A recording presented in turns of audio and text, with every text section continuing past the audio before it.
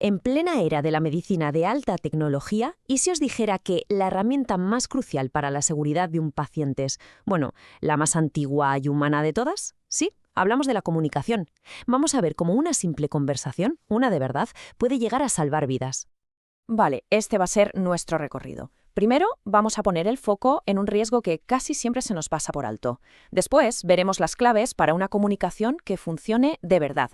Exploraremos por qué no vale lo mismo para todo el mundo. Nos meteremos en las grietas del sistema para ver por qué falla y acabaremos trazando un camino hacia una atención sanitaria mucho más segura. ¡Vamos allá! Venga, empezamos por el principio. Hablemos de este riesgo silencioso. ¿Qué es exactamente y, sobre todo, cómo de grande es el problema? Os adelanto que los datos, bueno, son bastante más sorprendentes de lo que uno podría pensar. Parece una pregunta simple, ¿verdad? Pero la respuesta, la verdad, es bastante alarmante. Porque, a ver, todos damos por sentado que la información fluye, que lo que se dice se entiende. Pero, ¿y si no es así? Los datos nos muestran que hay un abismo, una brecha de comprensión que da que pensar. Y aquí está la prueba. Fijaos en esta brecha. Un estudio de la Universidad de Yale sacó a la luz algo que, de verdad, debería pararnos a pensar. Resulta que el 77% del personal médico cree que sus pacientes se van a casa sabiendo perfectamente cuál es su diagnóstico. Pero la realidad, la cruda realidad, es que solo un 57% lo entiende de verdad. Estamos hablando de un 20% de diferencia. Es un vacío de información enorme, un lugar perfecto para que surjan errores, y algunos muy, muy graves. Y ese vacío, esa brecha, tiene un nombre técnico: evento adverso. Suena así como muy formal, ¿verdad? Pero lo que significa es algo terriblemente sencillo: que un paciente sufre un daño que no debería haber sufrido. Y lo más increíble de todo es que la causa principal muchas veces no es un bisturí que se escapa o una máquina que falla. No, es algo tan básico como una mala comunicación. Vale, ya hemos visto el problema. Es grande, pero entenderlo es solo la mitad del trabajo. Ahora vamos a lo importante, la solución. ¿Cuáles son esas claves, esos pilares que hacen que la comunicación en sanidad sea de verdad segura y funcione? Pues mirad, todo empieza por lo más básico, lo que a veces se nos olvida.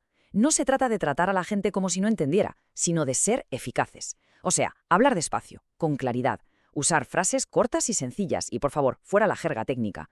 Usar el nombre del paciente, algo tan simple crea una conexión brutal. Y lo más importante de todo, confirmar siempre que nos han entendido. Preguntar algo como, para asegurarme de que lo he explicado bien, ¿me podría decir con sus palabras lo que hemos hablado? Eso puede cambiarlo todo.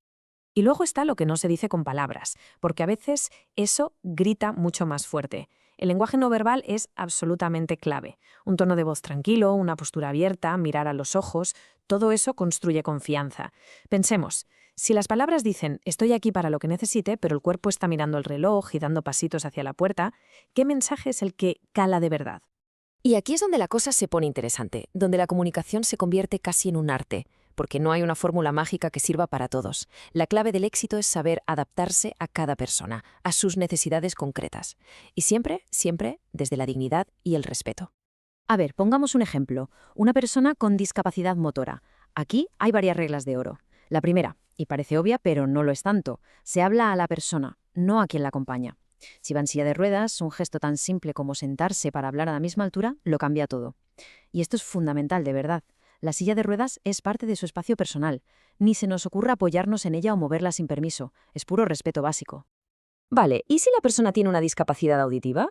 Pues aquí el contacto visual es el rey. Hay que ponerse de frente, que nos vean bien los labios y hablar de forma natural, sin gritar. Gritar no ayuda, de hecho distorsiona. Y un consejo clave: seamos honestos. Si no hemos entendido algo, lo decimos y pedimos que lo repitan. Es 1000 veces mejor eso que asentir con la cabeza y liar una buena por un malentendido. Ahora pensemos en una persona con discapacidad visual. Aquí nuestra voz se convierte literalmente en sus ojos. Tenemos que narrar lo que pasa. Es tan sencillo como decir quiénes somos al entrar en la habitación, describir lo que hacemos, voy a coger un formulario, y ser súper específicos. Nada de «está por ahí», «está a tu izquierda sobre la mesa». Y por favor, algo crucial, avisar cuando nos vamos y cuando volvemos. No hay nada peor que dejar a alguien hablando solo. ¿Y qué pasa con una discapacidad intelectual o psíquica? Pues aquí las herramientas más potentes que tenemos son la paciencia y la empatía. Se trata de crear un espacio seguro, de dar tiempo para que la persona se exprese, de escuchar de verdad, usar un lenguaje sencillo, claro. Y una vez más, la regla de oro: comprobar que nos han entendido. A veces, nuestra propia calma es el ancla que necesitan para poder comunicarse sin la ansiedad que les bloquea. Vale, parece que sabemos cómo hacerlo bien, ¿no? Entonces, la pregunta del millón es, ¿por qué sigue fallando tanto la comunicación? Pues la respuesta muchas veces es que estamos buscando el problema en el sitio equivocado. La tendencia es señalar con el dedo a una persona, pero la clave está en levantar la vista y mirar al sistema completo. Para entender esto, tenemos que hablar de un concepto clave: los fallos latentes. No son los errores que se ven a pie de cama, sino las grietas que ya existen en el sistema. Decisiones de gestión, procesos mal diseñados, son esas condiciones las que preparan el terreno para que tarde o temprano ocurra un error. Son la verdadera raíz del problema. Pongamos ejemplos, que se ve más claro. Pensemos en la gerencia de un hospital. Un fallo latente de manual es no tener protocolos de comunicación claros y por escrito, o tener a la plantilla bajo mínimos, lo que obliga a todo el mundo a correr, o no invertir ni un euro en formación sobre cómo comunicar. Son decisiones que se toman en un despacho, sí, pero sus consecuencias las sufre el paciente en su cama. Y claro, esas decisiones que se toman arriba bajan a la planta, y allí se convierten en un caos. En traspasos de información entre turnos que se hacen a toda prisa y mal, en supervisores que están tan desbordados que no pueden apoyar a su equipo, en turnos de trabajo inhumanos que provocan una fatiga brutal. Todo esto es un caldo de cultivo perfecto para el error. Y aquí viene la frase clave. El entorno de trabajo del personal sanitario es, ni más ni menos, que el entorno de seguridad del paciente. Bien, entonces, ¿qué hacemos? ¿Cómo tapamos esas grietas del sistema? ¿Cuál es el camino? Pues la respuesta pasa por un cambio total de mentalidad. Se trata de empezar a considerar la comunicación no como algo blando, sino como un procedimiento clínico más, con la misma seriedad y el mismo rigor que se prepara una cirugía. Y ojo, que esto no es una opinión. Es lo que piden a gritos los propios pacientes. Esta es una de sus mayores quejas y demandas, porque son ellos los que sufren en su propia piel las consecuencias de una mala comunicación. Para el paciente, que le hablen claro no es un extra, no es un lujo, es una necesidad fundamental. Entonces, para terminar, ¿cuáles son los pasos prácticos? Vamos a resumirlos. Primero, estandarizar, crear protocolos de comunicación claros, como los hay para todo lo demás. Segundo, involucrar. El paciente y su familia no son espectadores, son parte activa del equipo.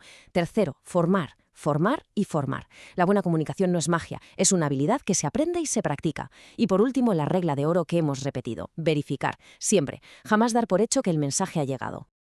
Y con esto llegamos al final, con una pregunta que lo resume todo.